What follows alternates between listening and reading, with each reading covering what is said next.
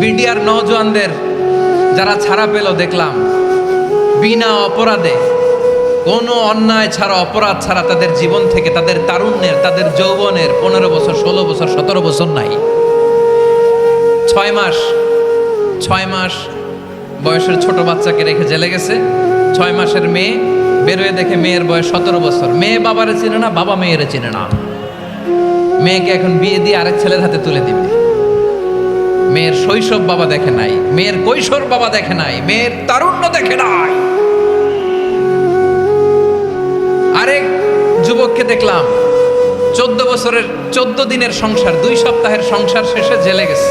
কত যুবকের যে স্ত্রী চলে গিয়েছে ফ্যামিলি ছেড়ে, কারণ জানে না তো কবে আসবে, কি হবে, কেউ জানতো না।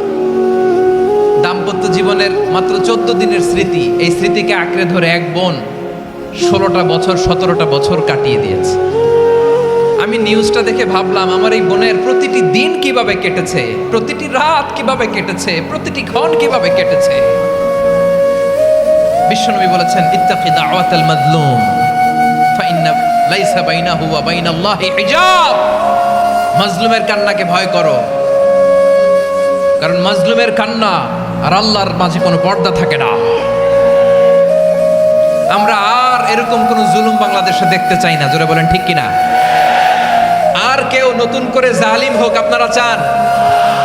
আবার নতুন করে কেউ ফ্যাসিস্ট হোক আপনারা চান? এক দল আরেক দলকে নিশ্চিহ্ন করার রাজনীতিতে মেতে উঠুক, এটা আপনারা চান? আমরা বাংলাদেশকে আদল দিয়ে সাজাতে চাই। আমরা এই 56,000 বর্গ মাইলের প্রতিটা ইঞ্চি মাটিকে কোরআনের আইন দিয়ে সাজাতে চাই। রাজি আছেন আপনারা?